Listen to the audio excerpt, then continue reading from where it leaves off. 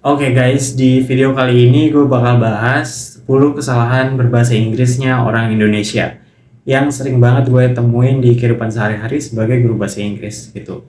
Tonton sampai habis karena boleh jadi satu atau dua dari kesalahan yang bakal gue sebutin ini adalah kesalahan yang lu buat juga. Jadi kan lu bisa benerin diri sendiri, ya nggak? Oke, ini dia 10 kesalahan berbahasa Inggrisnya orang Indonesia. Yang pertama itu adalah unmute. Kata unmute itu sebenarnya nggak ada dalam kamus bahasa Inggris. Entah itu lo mau cari di Oxford kah, atau di Cambridge, atau di Webster, Merriam-Webster, itu nggak bakalan ada kata unmute. Karena emang kata itu nggak pernah ada di bahasa Inggris. Kata itu adalah kata yang dibuat sama mungkin Gen Z atau milenial dari Jakarta atau Indonesia gitu ya, yang pengen bilang nggak mood sebenarnya. Gue lagi nggak mood gitu misalkan. Tapi kemudian bilangnya jadi unmood. Padahal sebenarnya kalau kita mau bilang kita lagi nggak mood, kita tinggal bilang I'm not in a good mood. I'm not in a good mood atau I'm in a bad mood. I'm in a bad mood. Dan itu nggak pernah ada I'm unmood. Itu nggak pernah ada. Itu jadi stop pakai kata unmood. Yang kedua adalah I'm agree. Kata I'm agree itu kurang tepat karena seharusnya yang benar itu adalah I agree. I agree. Kenapa? Karena agree adalah kata kerja. Jadi ketika kita mau pakai kata kerja di sebuah kalimat sederhana, kita nggak perlu lagi pakai yang namanya to be, is, am, are. Gitu. Jadi bukan I'm agree tapi I agree. I agree. Yang ketiga adalah I'm married with. I'm married with. Saya menikah dengan. Mungkin orang Indonesia ketika pengen bilang saya menikah dengan dalam bahasa Inggris, jadi diterjemahin kata per kata. I'm married with. Padahal sebenarnya yang benar itu adalah I'm married to. I'm married to, bukan I'm married with. Contohnya, I'm married to my best friend. I'm married to someone rich. I'm married to a police officer. Jadi bukan I'm married with, tapi I'm married to. Kenapa begitu? Gak tahu, emang udah dari sananya. Jadi kalau married itu pasangannya adalah preposisi to, bukan with. Yang keempat adalah I'm interested with. Kalau kita mau bilang saya tertarik dengan dalam bahasa Inggris, kita bilangnya I'm interested in, bukan I'm interested with.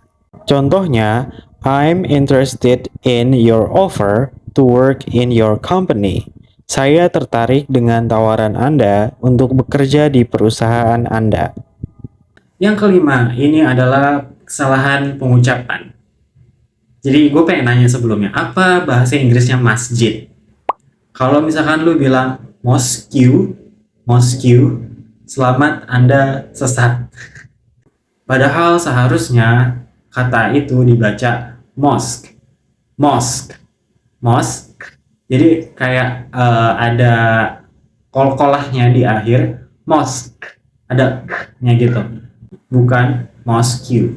Jadi mosque. Cukup sampai huruf Q-nya aja yang dibaca dan W-nya itu nggak usah dibaca. Jadi bacanya mosque, bukan mosque. Yang keenam adalah kata event. Event, event, acara, bener nggak? Nah, di kata ini itu sering banget diucapin sama orang Indonesia sebagai event, event. Itu gue nggak tahu itu yang mulai siapa. Mungkin menurut gue ya itu kayak nyebelin banget karena satu negara, lu bayangin satu negara nyebutnya event. Padahal seharusnya event, event. Karena kalau kata event itu ada lagi, event itu nggak pakai T, sedangkan kalau event itu pakai T.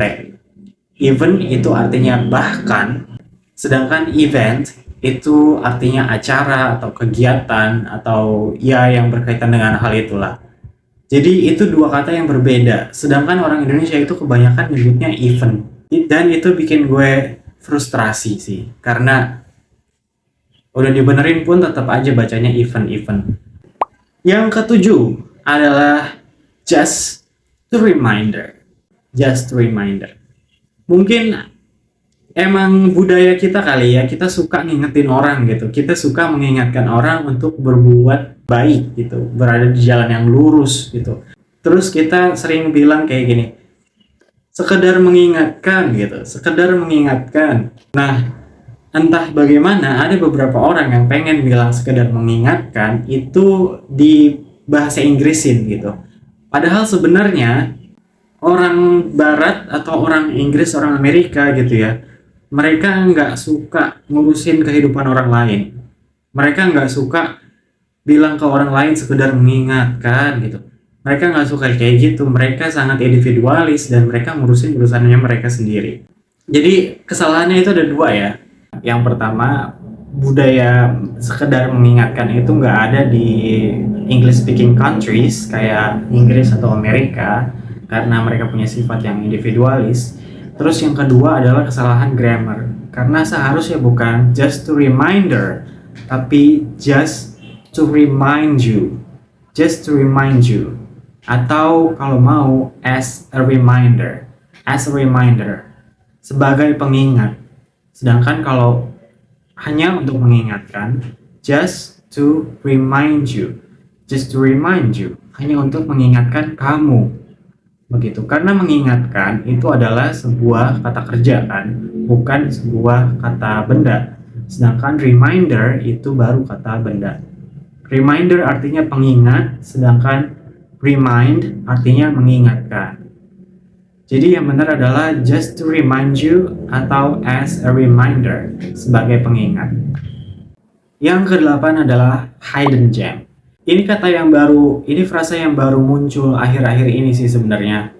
Makin banyak orang yang gunain frasa ini, hidden gem, untuk nyebut sebuah restoran atau tempat yang jarang banyak orang yang tahu gitu. Kemudian, oh ternyata bagus juga tempatnya gitu. Nah itu disebut hidden gem. Kesalahannya apa? Kesalahannya adalah kesalahan pengucapan. Karena seharusnya bacanya adalah hidden gem. Bukan hidden, tapi hidden gem. Yang benar jadi hidden gem, bukan hidden gem. Kesalahan yang ke-9 adalah I have eaten my dinner. Secara grammar mungkin ini cukup benar, karena saya sudah makan malam gitu kan. Tapi sebenarnya bentuk yang kayak gini itu nggak dipakai sama native speakers, sama penutur jati bahasa Inggris, sama kayak orang Inggris atau orang Amerika, Kanada, Australia gitu. Biasanya yang dipakai itu I have had my dinner, I have had my lunch, I have had my breakfast. Have you had your dinner? Have you had your lunch?